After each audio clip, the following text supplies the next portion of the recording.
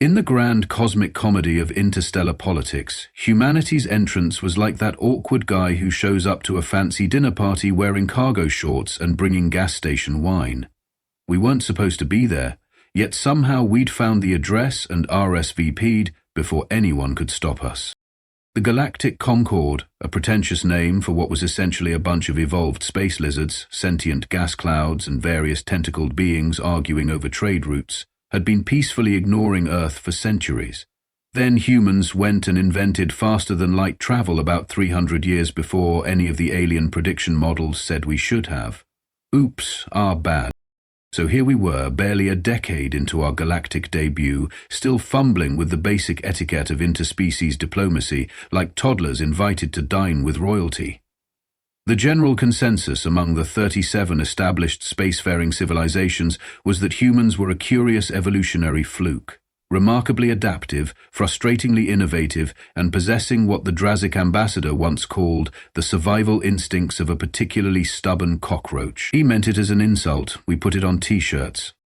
Commander Jack Fletcher stared at his reflection in the polished surface of Outpost Zenith's observation deck. At 42, his face had collected enough scars and wrinkles to earn respect in human military circles, but they just made him look damaged to most of the aliens. His dark hair was still regulation short, with distinguished grey streaks at the temples that he'd earned the hard way during Earth's resource wars. "Your face is doing that thing again," came a gurgling voice from behind him. Jack turned to see Kzak, his liaison and probably the closest thing he had to a friend on this massive diplomatic hub. Kzak was a Mol'Taran. Imagine if an octopus and a leopard had a baby, then taught it sarcasm. 6 limbs, spotted iridescent skin, and eyes that changed color with mood. Currently, amused amber. "What thing?" Jack asked. "That human thinking face, the one where your forehead gets all ripply and your mouth turns down. It makes you look constipated. Most species find it alarming." "Thanks for the feedback," Jack said dryly. "I'll try to think with less facial involvement." Kzak made a bubbling sound that passed for laughter among his kind.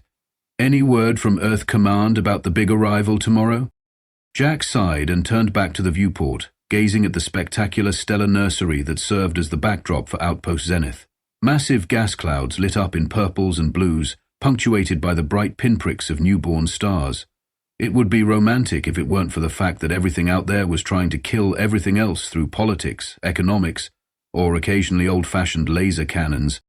"Same instructions as always," Jack replied. "Smile, nod. Don't start a war."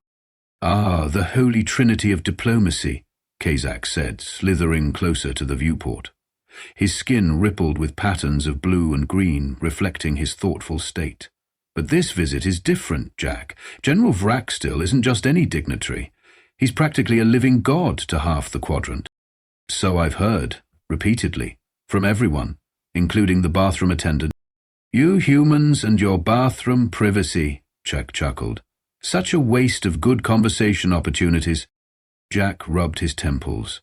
Outpost Zenith housed representatives from 23 different species, each with their own biological needs, cultural quirks, and diplomatic agendas. As Earth's senior military liaison, Jack was responsible for making sure humans didn't look like complete idiots while they tried to secure crucial alliances and trade agreements. It was like herding cats, if the cats were actually sentient fungi with nuclear capabilities. "Give me the rundown on this station again," Jack said. "I need to be sharp for tomorrow." Kzak's eyes shifted to a pedagogical blue. Outpost Zenith, constructed by the Pax Consortium 482 local years ago. 17 levels, population approximately 12,000 representatives, diplomats and support staff. Central, neutral territory for Sector 9 negotiations. "And the major players I need to watch?" "The usual suspects. The Zornian Empire controls most of the valuable mining systems. General vrax'til is their most decorated military commander and cultural icon. The Thel Confederacy has the advanced biotech you humans are drooling over. The Varani Republic controls the most efficient trade routes. And then there's the Kulari Dominion, who nobody likes but everybody fears because they've got the biggest guns and the least predictable leadership." Jack nodded. "And humans bring what to the table exactly?" Kzak's skin flickered with amusement. Besides your charming tendency to challenge established paradigms, your inoffensive planetary system sits at a strategically significant junction point between four major territories. Your species reproduces and adapts quickly, and you make surprisingly good entertainment media. The latest season of Earth Cooking Challenges is quite popular. Glad to know we're contributing, Jack muttered. Oh, and your psychological profile as a species is fascinating. Most civilizations follow predictable development patterns. Humans are an anomaly. You're simultaneously more violent and more empathetic than evolutionary models predict is stable. You'll fight to the death over abstract principles like freedom, but also save other species just because they have, what's your phrase, cute fuzzy faces? Jack smiled despite himself. We contain multitudes. Indeed. It makes you unpredictable, which makes you either valuable allies or dangerous enemies, depending on who you ask. The station's ambient lighting shifted to evening mode, casting the observation deck in a soft purple glow. Jack checked his comm unit. 18 hours until the grand arrival of General vrax'til. 18 hours to prepare for what would either be a boring diplomatic formality, or, knowing humanity's talent for stumbling face first into intergalactic incidents, the start of something much more complicated. Come on, Jack said, straightening his uniform. Let's get some food. You can tell me more about why this general is such hot shit. Jack's skin rippled with delight. I do enjoy your human expressions, and yes, understanding exactly how hot the general's shit is will be crucial to your survival tomorrow. As they walked toward the station's central hub, Jack couldn't shake the feeling that humanity was playing a game where everyone else had been reading the rulebook for centuries. But if there was one thing humans excelled at, it was making up the rules as they went along. He once wrestled a Cronus bear with his bare hands, whispered a nervous Plixian diplomat, all four of their eyes wide with excitement. That's nothing, countered a Viridian trade minister, her translucent skin pulsing with gossip-induced adrenaline. I heard he survived 3 weeks in the vacuum of space with nothing but a pocket force field and sheer spite. Jack sipped his coffee, or rather the station's approximation of coffee, which tasted like someone had described coffee to a computer that had never tasted anything, and exchanged glances with Kzak. The central promenade of Outpost Zenith was buzzing with rumors, each more outlandish than the last. General vrax'til's impending arrival had transformed the normally staid diplomatic hub into something resembling a celebrity fan convention. So this guy's basically space Chuck Norris, Jack muttered. Kzak's skin took on a puzzled pattern. I don't understand that reference, but if you mean, is he the subject of hyperbolic legends that have eclipsed the actual accomplishments of the individual, then yes. The station-wide announcement system chimed softly, followed by the carefully neutral voice of the AI. Attention all personnel, the Zornian diplomatic vessel, Unyielding Glory, has docked at Bay 12. Please maintain appropriate clearance from ceremonial pathways. That's our cue, Jack said, his skin shifting to a formal violet hue. Remember, deep bow, no direct eye contact initially, and for the love of all cosmic constants, don't make any sudden movements. So treat him like an angry bear, got it. A bear that commands the third largest military fleet in the quadrant, yes. They positioned themselves along the main concourse with the other mid-level diplomats. The station's gravity subtly adjusted, a courtesy to the Zornians, who evolved on a world with 1.3 times Earth standard. Jack felt the extra weight settle into his bones, reminding him of full-gear training runs back on Earth. First came the Honor Guard, 8 Zornian warriors in ceremonial armor that gleamed with an unsettling luster that seemed to absorb and refract light simultaneously. Each carried a glaive-like weapon that was undoubtedly both ceremonial and capable of slicing through reinforced hull plating. And then, striding with the confidence of someone who had never once in his life questioned his own superiority, came General vrax'til. Jack had seen images, of course, but they didn't capture the sheer presence of the alien. Standing nearly 8 feet tall, with slate-grey skin stretched over a frame that seemed designed specifically for warfare, vrax'til was impressive even by Zornian standards. 4 yellow eyes were set in a face dominated by a jawline that could cut glass, featuring rows of teeth that weren't so much arranged in a smile as they were a threat display. His head was adorned with a crest of rigid spines that, according to Kzak's briefing, changed color based on his rank and accomplishments. Vrax'tils burned with a deep crimson that bordered on black, the mark of a warrior beyond reproach. "Behold!"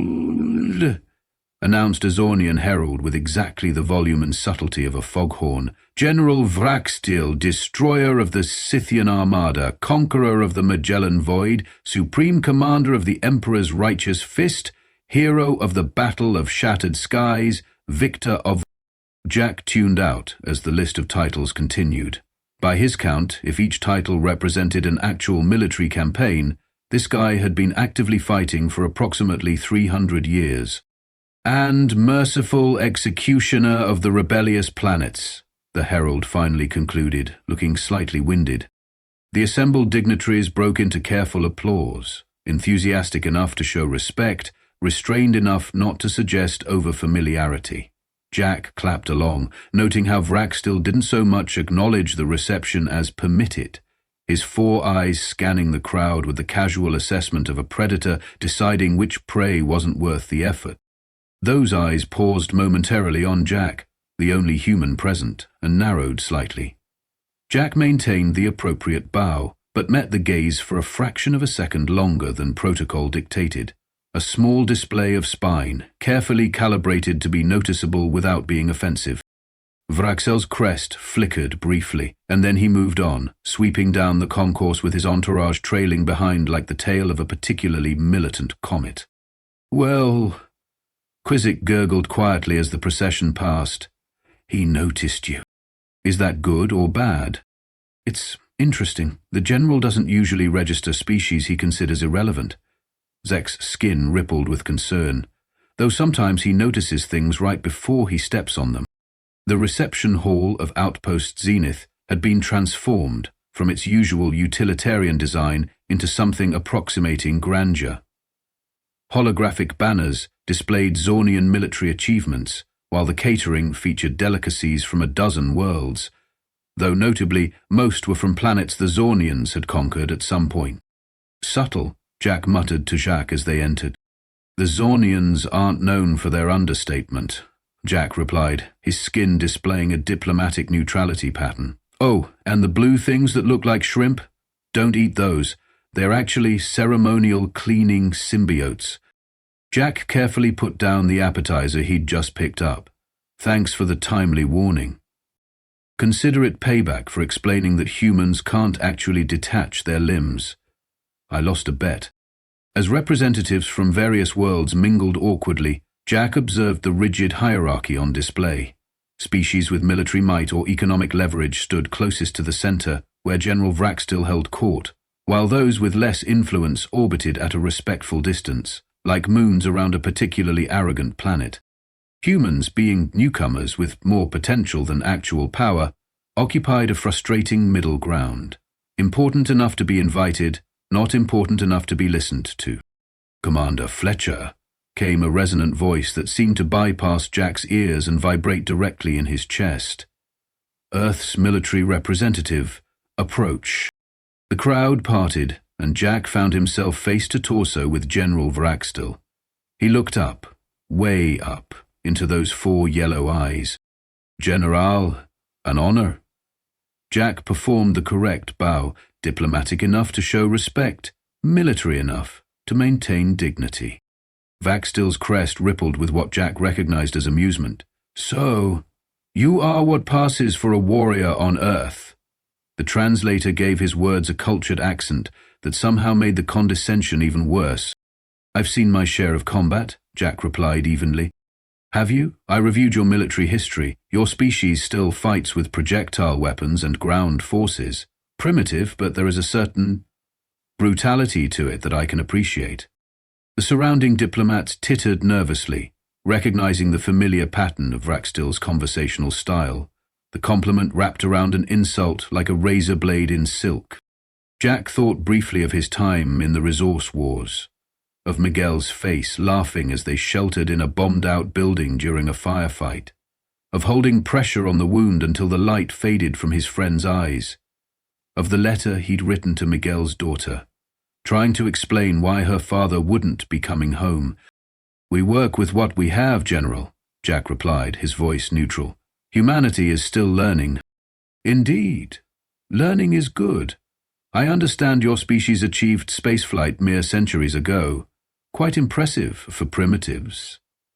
vrax'til's crest flared slightly. "Perhaps in another millennium you'll develop a proper military tradition." Several nearby diplomats winced. The Thel representative actually backed away slightly. Jack maintained his diplomatic smile, remembering the briefing he'd received before this assignment. Humanity is grateful for the opportunity to learn from established galactic powers. The general's upper right eye twitched, a sign of mild surprise. He'd clearly expected either anger or fawning submission. "Tell me, Commander, have you ever faced death directly? Not through your machines and distance weapons, but eye to eye with your enemy?" Jack thought of the night raid in Jakarta, the knife fight in the dark with an enemy soldier, the feeling of a blade entering flesh, and the terrible intimacy of watching someone die at arm's length. "Yes," he replied simply. Something shifted in vrax'til's posture, the barest hint of reassessment. "Perhaps there is more to Earth's warriors than I assumed. We shall see during negotiation." With that cryptic statement, the general turned to address an approaching Kulari diplomat, dismissing Jack as casually as one might brush away an insect. Kzak slid over, his skin now patterned with impressed blue spirals. "Well done. Most species either grovel or lose their composure. You did neither. Is that good?" "It's unexpected. The general respects strength but punishes presumption. You walk the line." Kzak lowered his voice, "Though I wouldn't let my guard down. vrax'til didn't become a legend by being predictable." Jack nodded, watching as the general dominated the gathering, his booming laughter echoing after some comment about a past military campaign. For all his bluster and arrogance, vrax'til clearly possessed the charisma that came with absolute confidence. "The negotiations begin tomorrow," Kzak continued. "The general never participates directly in the early stages. He's here to, how do you humans put it, set the tone." "Great," Jack sighed. "Nothing like negotiating in the shadow of a war guard." The negotiation chamber resembled a gladiatorial arena more than a conference room. Tiered seating surrounded a central platform where representatives took turns presenting their positions. The atmosphere was tense. Trade routes, resource rights, and military access were all on the table, with each species trying to gain advantage without appearing too aggressive. Jack sat with the Earth delegation, mostly keeping silent as Ambassador Reynolds handled the formal presentations. His job was to provide military context when needed and, as his commander had put it, try not to start a war before we have enough ships to finish one. General vrax'til observed from a raised position, his four eyes missing nothing. Though not actively participating, his presence loomed over the proceedings like a storm cloud. Whenever the Zornian delegates made a point, they would glance up at their general, seeking approval. "The human proposal is naive," declared the Zornian trade minister, his crest flaring with dismissive patterns. "They offer technological exchange programs but lack the military presence to secure even their own borders. How can they guarantee safe passage through the Jakarta corridor?" Jack leaned forward, ready to respond with carefully prepared data about Earth's defense capabilities, when vrax'til raised a hand. The room fell silent immediately. "I find myself curious," the general rumbled, his voice causing the translation devices to vibrate, "about Earth's military leadership. Commander Fletcher, your file indicates you served in something called the Resource Wars. Tell us about your most significant victory." All eyes turned to Jack. This wasn't protocol.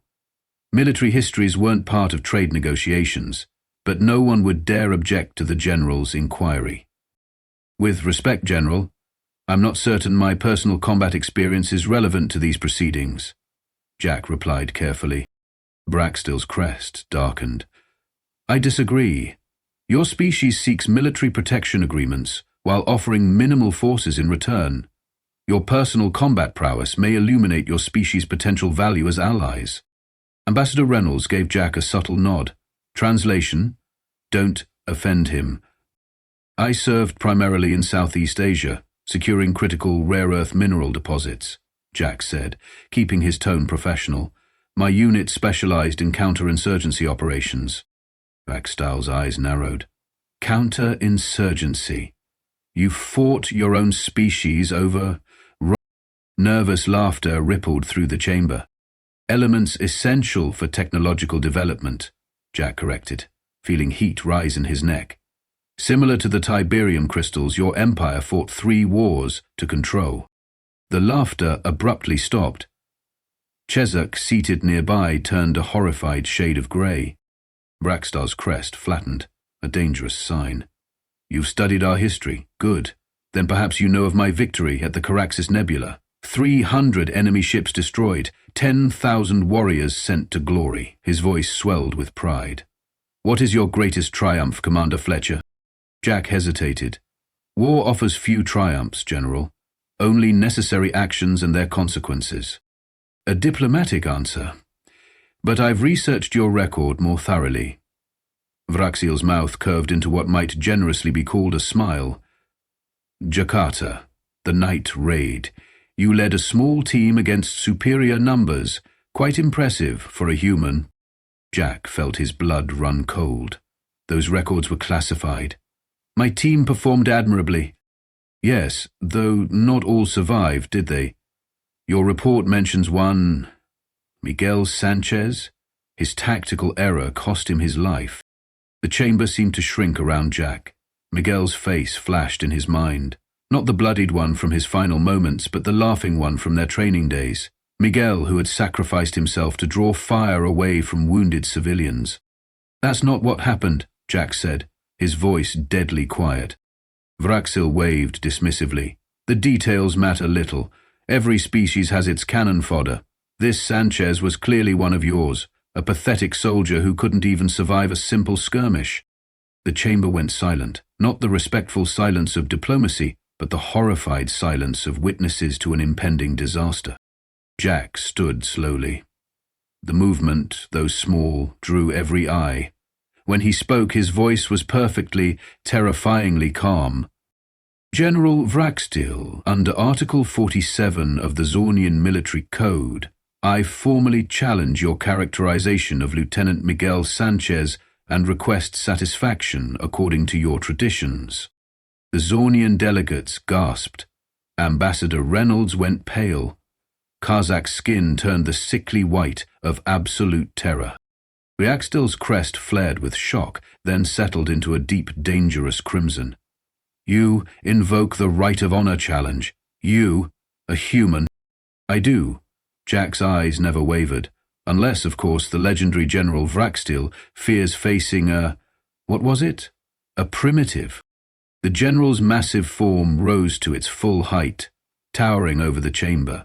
His voice, when it came, was almost admiring. Challenge accepted, Commander Fletcher. We shall meet at dawn. Have you completely lost your mind? Ambassador Reynolds wasn't so much asking a question as she was having an existential crisis. You've challenged the most decorated Zornian warrior in 3 centuries to ritual combat. They were gathered in Jack's quarters, Reynolds, Kzak, and Dr. Patel, the station's human physician.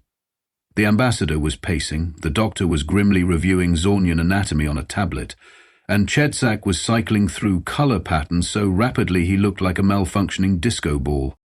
The challenge was accepted, Jack replied calmly, performing maintenance on his combat knife. There's no backing out now. There's dying disgracefully or dying painfully, Reynolds countered. Those are your options. Actually, Kzak interjected, his skin settling into a thoughtful blue, the Zornian honor code doesn't necessarily require death. It requires satisfaction. Jack nodded. Exactly, and I know how to fight Zornians. Reynolds stared at him. How could you possibly know that? We've never been at war with them. The Xenobiology Corps has extensive combat simulation data, Jack explained. Every species we encounter, we model potential conflict scenarios. It's standard procedure.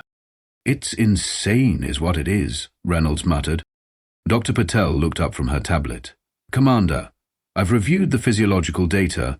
Zornians have triple-density muscle tissue, reinforced skeletal structure and redundant organ systems, not to mention superior reach and strength. And 4 eyes, added Kzak helpfully. Don't forget the 4 eyes. Excellent peripheral vision. Thank you all for the vote of confidence, Jack said dryly. Kzak's skin rippled apologetically. I'm simply concerned. vrax'til has killed 14 challengers in ritual combat. The last one was a Krellian war champion who lasted less than 2 minutes. Jack continued methodically sharpening his knife. Miguel was my friend. More than that, he was the best of us. He didn't die because of a tactical error. He died saving 23 civilians, including children. His voice remained steady, but his eyes had taken on a haunted quality. I won't let that arrogant four-eyed bastard dishonor his memory. A silence fell over the room. The combat arena has been prepared, Kzak finally said. As the challenged party, vrax'til has selected bladed weapons only. No projectiles, no energy weapons, no assistance. Fine by me. Jack, Reynolds said, her voice softening. I understand why you're doing this, but Earth needs you alive. Then I'll try not to die. Jack stood, tucking the knife into its sheath. Now, if you'll excuse me, I need to prepare. As they filed out, Kzak lingered. There's something you should know, the alien said, his voice unusually somber. The general has never faced a human in combat. Is that supposed to be comforting? It means he has no frame of reference for your capabilities. Zornians respect strength above all else, not just physical power, but the will to use it. Jack's skin displayed a pattern Jack had never seen before. In my culture, this pattern means the unexpected path opens. Jack nodded. I'll take all the alien wisdom I can get right now. Dawn on Outpost Zenith was an artificial affair, simply a gradual brightening of the station's ambient lighting. But tradition was tradition, and the combat arena's lights came up slowly to simulate sunrise. The arena was packed. Word had spread faster than a virus in a kindergarten. The human diplomat had challenged General vrax'til. No one wanted to miss what promised to be either the shortest or most surprising duel in recent galactic history. Jack entered wearing standard Earth military fatigues.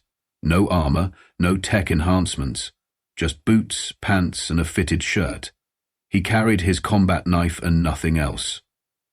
A murmur ran through the crowd at his apparent suicide mission. From the opposite entrance came General vrax'til, resplendent in ceremonial combat armor that gleamed like obsidian. His crest blazed crimson, and in his hands he carried a wicked-looking blade that seemed designed specifically for separating humans from their vital organs. He looked like a god of war, stepping down to swat an insect. The Zornian combat master stepped forward. The terms are set. Combat continues until surrender, incapacitation, or death. There will be no interference. He looked at Jack with what might have been pity. Honor is satisfied only when blood answers for blood. Jack and vrax'til took positions in the center of the arena. The size difference was almost comical. Jack barely reached the general's chest. Any last words, human? vrax'til rumbled, his blade catching the light as he twirled it effortlessly. Jack met all 4 eyes without flinching. Just one question. In all your centuries of combat, General, have you ever fought someone with nothing left to lose? Before vrax'til could respond, the combat master brought down his staff. Begin! Part 5. Turning the tables. We're not out of danger yet, Vex warned as the profitable venture accelerated away from the disabled pirate vessels. Our long-range scanners show their main ship has auxiliary power. They'll have engines back online within the hour. And we're still without jump capability, added Navigator Ping. We can't outrun them indefinitely. Captain Dorak's tentacles twisted in frustration. Engineer Gruck, status on the jump drive. The sabotage was thorough. the silicon-based engineer rumbled. "The coolant system is completely compromised. Traditional repairs would take days." The bridge fell silent as the implications sank in.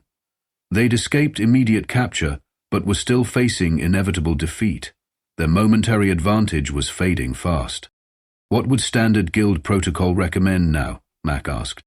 "Abandon ship," Vex said grimly. "Escape pods to the nearest outpost while the captain sets the self-destruct sequence to prevent cargo theft." "That's not happening," Dorax declared firmly. "I'm not abandoning the venture." Mac had been unusually quiet, staring intently at the engineering schematics displayed on his console.